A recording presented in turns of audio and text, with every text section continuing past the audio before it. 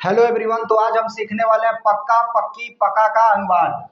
जैसा कि मैंने 14 तरह के डिफरेंट सेंटेंसेज व्हाइट बोर्ड पर लिखे हैं और इन 14 तरह के सेंटेंसेज में पक्का, पक्की या पका में से कोई एक वर्ड आ रहे हैं। और इन वाक्यों की खासियत यह है कि इन पक्का, पक्की या पका शब्द के लिए अलग अलग शब्दों का, अलग अलग इंग्लिश शब्दों का प्रयोग किया जाएगा। तो चलिए शुरू करते हैं, जिसमें आज का हमारा पहला सेंटेंस है, राहुल मेरा पक्का दोस्त है। पक्का दोस्त किसे कहते हैं? जो वफादार हो, विश्वसनीय हो, लायल हो, जिसके ऊपर आप यकीन कर सके, भरोसा कर सके, जो सुख दुख में साथ देता हो, जो अच्छी सलाह देता हो, उसे पक्का दोस्त की संज्ञा दी जाती है, उसे पक्का दोस्त कहा जाता है। राहुल मेरा पक्का दोस्त है। तो सबसे पहले राहुल के लिए RAHUL, राहुल। उसके बाद है के लिए इज, राहुल इज मेरा, माई MY, माई पक्का, close CLOSE, close friend. Rahul is my close friend, Rahul मेरा पक्का दोस्त है। इस वाक्य को इंग्लिश में ऐसे भी ट्रांसलेट किया जा सकता है, Rahul is my fast friend या Rahul is my close friend. इस वाक्य का हिंदी आप ऐसे भी निकाल सकते हैं, राहुल मेरा जिगरी दोस्त है, राहुल मेरा जिगरी मित्र है, राहुल मेरा पक्का दोस्त है, राहुल मेरा पक्का मित्र है। Rahul is my close friend कहने का तात्पर्य है पक्का दोस्त के लिए, जिगरी यार के लिए, पक्का मित्र के लिए, जिगरी मित्र के लिए इंग्लिश में फास्ट फ्रेंड या क्लोज फ्रेंड का प्रयोग किया जाता है। तो इस वाक्य को इंग्लिश में ऐसे भी ट्रांसलेट किया जा सकता है, Rahul is my fast friend, ऐसे भी बोल सकते हैं। चलिए दूसरा सेंटेंस है, वह एक पक्का आदमी है। पक्का आदमी किसे कहते हैं? जो विश्वसनीय हो, भरोसेमंद हो, स्थिर हो, आपके साथ धोखा, छल और विश्वासघात ना करे, जो अपने वायदों और कार्यों पर कायम रहता हो, उसे हम पक्का आदमी कहते हैं। तो वह एक पक्का आदमी है। वह के लिए ही, है के लिए इज, ही इज, वह है, ही इज, एक का हो जाएगा ही इज पक्का। यहाँ पर पक्का के लिए रिलायबल, RELIABLE, रिलायबल मैन। यहाँ पर पर्सन भी आप लिख सकते हैं, कोई दिक्कत नहीं है, पर्सन भी लिख सकते हैं। He is a reliable man. चलिए तीसरा सेंटेंस है, तुम बात के पक्के आदमी हो। बात का पक्का किसे कहते हैं? जो अपनी बात पर कायम रहता है, जो कुछ भी कहता है उसे पूरा करने का भरसक प्रयास करता है, पूरा करता है, जो कुछ भी कहता है उसे पूरा करता है, जो अपनी बातों पर कायम रहता है उसे हम बात का पक्का आदमी कहते हैं। तो तुम बात के पक्के आदमी हो। तो तुम के लिए यू का मतलब होता है तुम या आप, हो तो यू के साथ आर का प्रयोग किया जाता है। आर का शाब्दिक अर्थ होता है हो या है। यू आर, तुम हो बात के पक्के आदमी। तो बात के पक्के आदमी के लिए इंग्लिश में अ मैन ऑफ वर्ड का प्रयोग किया जाता है। A man of word, a man of word. तुम बात के पक्के आदमी हो। You are a man of word, तुम बात के पक्के आदमी हो। कहने का तात्पर्य है जो अपनी बातों पर कायम रहता है उसे हम पक्का आदमी कहते हैं, बात का पक्का आदमी कहते हैं। जो अपनी बातों पर कायम रहता है, जो कुछ भी कहता है उसे पूरा करता है, किसी भी कीमत पर, किसी भी हालत में, किसी भी सूरत में उसे पूरा करता है, उसे हम कहते हैं बात का पक्का आदमी होना। किसी भी सूरत में पूरा करता है। You are a man of word. चौथा सेंटेंस है, वह एक पक्का चोर है। पक्का चोर किसे कहेंगे? जिसे चोरी करते समय रंगे हाथ पकड़ा गया हो, उसे कहते हैं पक्का चोर। वह एक पक्का चोर है। वह के लिए ही, है के लिए इज, ही इज,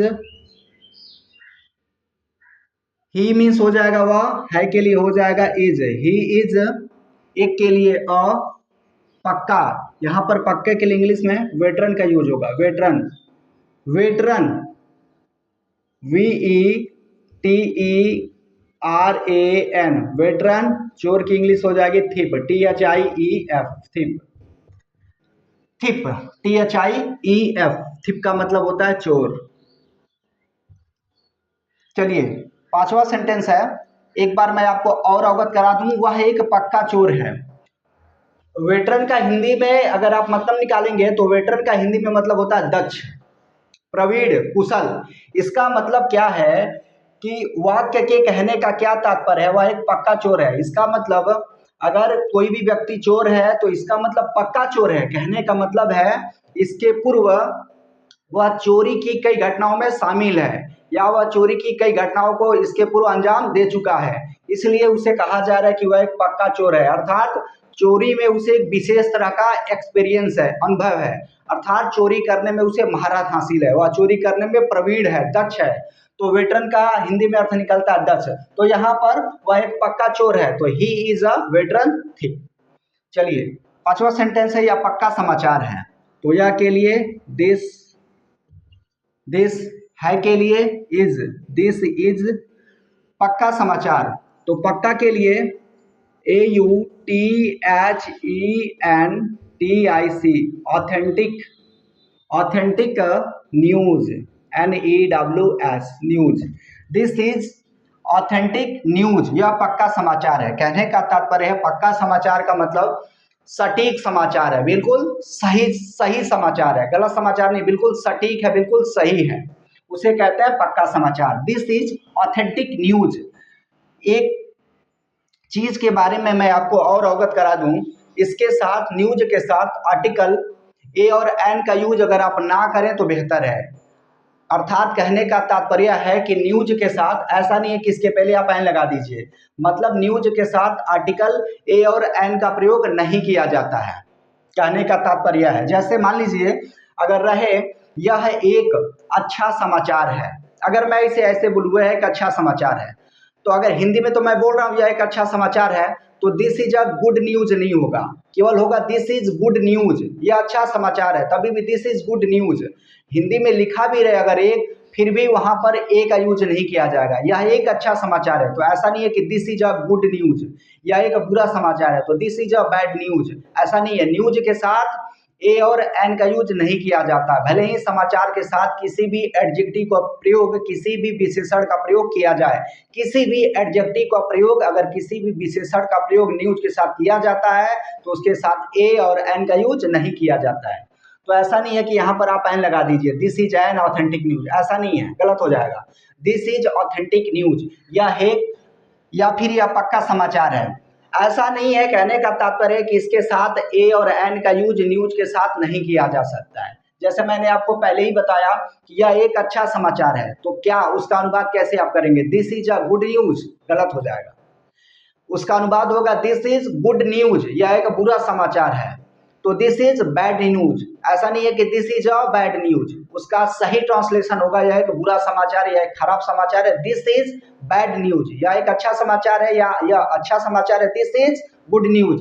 हिंदी में एक रहे या ना रहे, ए और एन का यूज न्यूज के साथ नहीं किया जाता है। कहने का तात्पर्य है दिस इज ऑथेंटिक न्यूज। यह एक पक्का रंग है। पक्का रंग किसे कहते हैं, ऐसा रंग जो आसानी से धुले या मिटे नहीं, उसे कहते हैं पक्का रंग। यह के लिए दिस है के लिए इज, दिस इज यह है, क्या है, एक पक्का रंग, तो this is a fast colour. यहाँ पर पक्के रंग के लिए इंग्लिश में फास्ट कलर का यूज किया जाएगा, COLOUR, फास्ट कलर। चलिए आगे बढ़ते हैं, सातवां सेंटेंस देख लेते हैं। एक पक्का मकान है। पक्का मकान किसे कहते हैं, ऐसे मकान को, ऐसे घर को पक्का मकान कहा जाता है जो ईंट बालू सीमेंट से बनी हो, उसे कहा जाता है पक्का मकान। ईंट बालू और सीमेंट से बनी हो, और भी उसमें पदार्थ लगे होते हैं, तो बालू सीमेंट और ईंट से बनी हो, उस मकान को पक्का मकान की संज्ञा दी जाती है, एक पक्का मकान है। इंग्लिश में कहेंगे दिस इज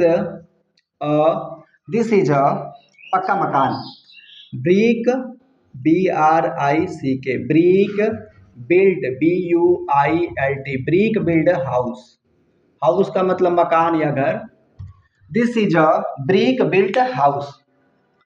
आठवां सेंटेंस है, यह एक पक्की सड़क है। पक्की सड़क किसे कहते हैं, जो डामर या कंक्रीट से बनी होती है, ऐसी सड़क को पक्की सड़क की संज्ञा दी जाती है। जो अपने आप में डामर या कंक्रीट से बनी होती है उसे पक्की सड़क कहा जाता है, उसे पक्की सड़क कहते हैं, जो डामर या कंक्रीट से बनी होती है। तो यह एक पक्की सड़क है।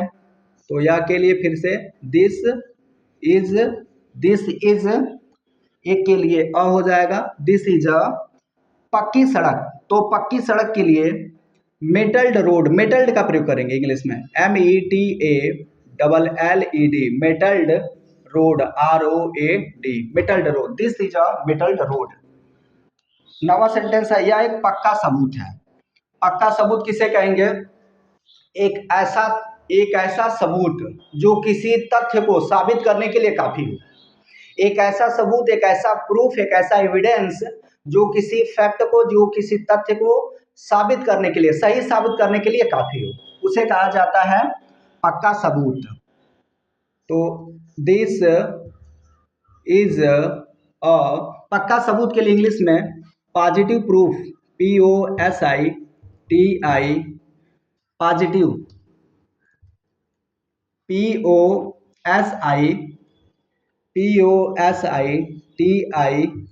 Positive proof. इसे हम इंग्लिश में ऐसे भी बोल सकते हैं, this is a solid proof या this is a solid evidence, ऐसे भी बोला जा सकता है। यह एक पक्का विचार है, एक ऐसा विचार जिस पर कोई भी व्यक्ति दृढ़ता से विश्वास करता है, उसे कहते हैं पक्का विचार। यह एक पक्का विचार है। तो इसके लिए इंग्लिश में शब्द आएगा पक्का विचार के लिए, this is a mature, MATURE, this is a mature consideration, CONSIDERATION, this is a mature consideration, CONSIDERATION, consideration. साफ नहीं दिखाई दे रहा है, मैं फिर से लिख दे रहा हूं, this is a mature consideration, DERATION, लीजिए हो गया। यह एक पक्की नकल है। पक्की नकल किसे कहेंगे? मूल दस्तावेज की प्रतिलिपि को पक्की नकल कहते हैं। तो यह एक पक्की नकल है। This is a certified, CERTIFIED, certified copy, COPY, this is a certified copy. 12वां सेंटेंस हमारा, ये पक्के माल हैं। पक्के माल किसे कहेंगे? जो बाजार में, जिसको बाजार में उतारा जा चुका है, मतलब अंतिम उत्पाद को पक्के माल की संज्ञा दी जाती है। जैसे कहने का तात्पर्य है, जैसे मैं डीपली अगर इसे बताऊं, जैसे गन्ना क्या है? कच्चा माल है। तो गन्ने से चीनी बनाई जाती है, तो चीनी क्या हो गया? पक्का माल हो गया। जैसे कपास, तो कपास से कपड़े बनाए जाते हैं, कपास से कपड़े बनाए जाते हैं, कपड़ों का निर्माण किया जाता है कपास से, तो कपास क्या हो गया? कच्चा माल। कपड़े क्या हो गए? पक्के माल। तो अंतिम उत्पाद को पक्के माल की संज्ञा दी जाती है, यानी जो पूरी तरह से तैयार हैं, उनको बाजार में उतारे जाने के लिए, प्रयोग में लाए जाने के लिए उपलब्ध हैं, उसे कहते हैं पक्के माल। अंतिम उत्पाद ऐसे समझिए आप। तो ये पक्के माल हैं। ये के लिए दिस तो आएगा नहीं, दीज हो जाएगा, प्लूरल है ये, दीज, ये हुआ या ये सब हुआ तो वहां पर दीज का प्रयोग किया जाता है, दीज आर। तो पक्के माल के लिए इंग्लिश में आप फिनिश्ड का यूज करें, FINISHED,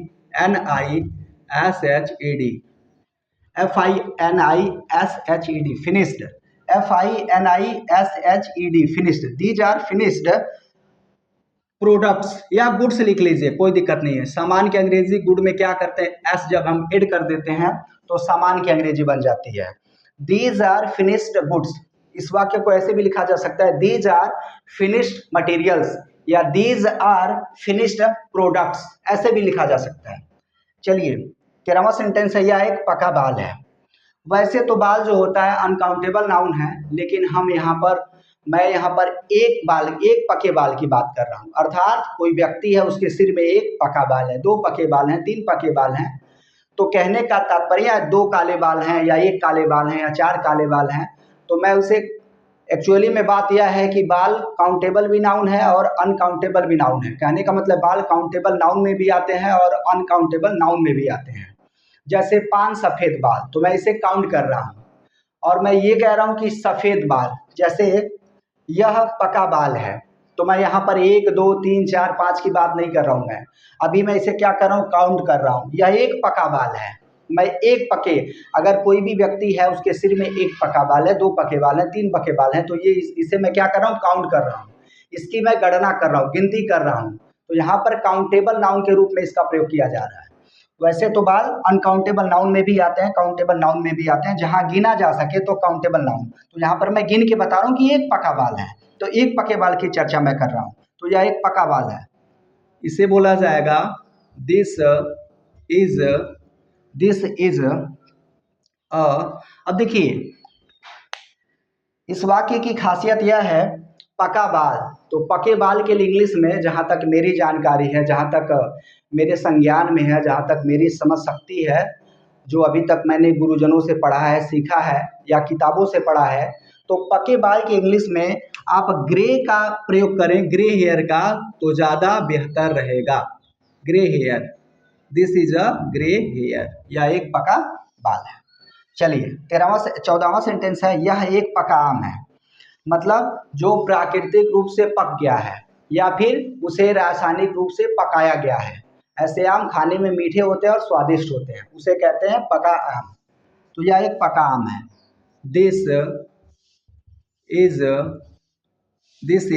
अ राइप, राइप, राइप शब्द का प्रयोग किया जाएगा। This is a ripe mango, MANGO, this is a ripe mango, यह एक पका आम है जो प्राकृतिक रूप से पक चुका है या फिर जिसे रासायनिक रूप से पकाया गया हो, मतलब खाने के लिए वह आम तैयार है।